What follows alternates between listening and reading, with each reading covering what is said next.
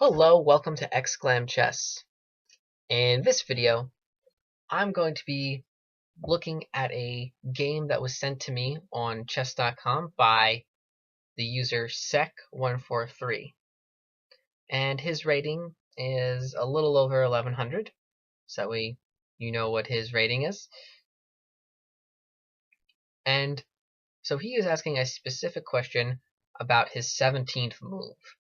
So we're going to go ahead and we're just going to fast forward through this game until move 17, and then we're going to just talk about that move. So let's go ahead and fast forward.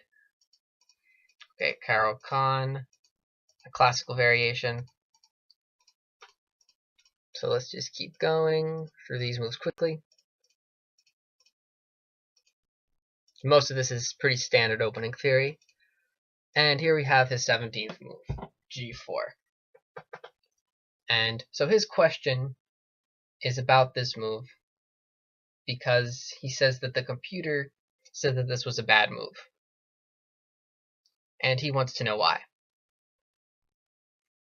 And so first off, let me take a moment to talk about a difference in types of advantages you can have in chess. So there's two main types of advantageous imbalances. There's statics and dynamics.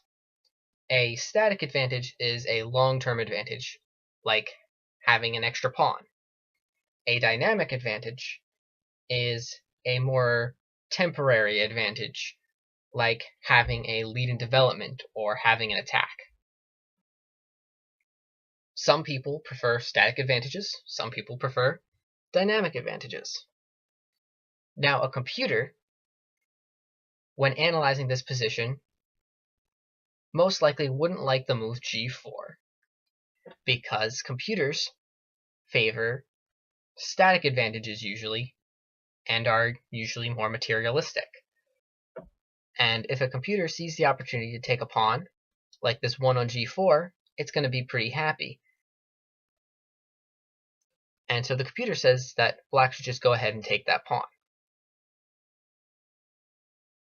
However, one thing that happens after this move is that white will get in exchange a little bit of dynamic advantage now.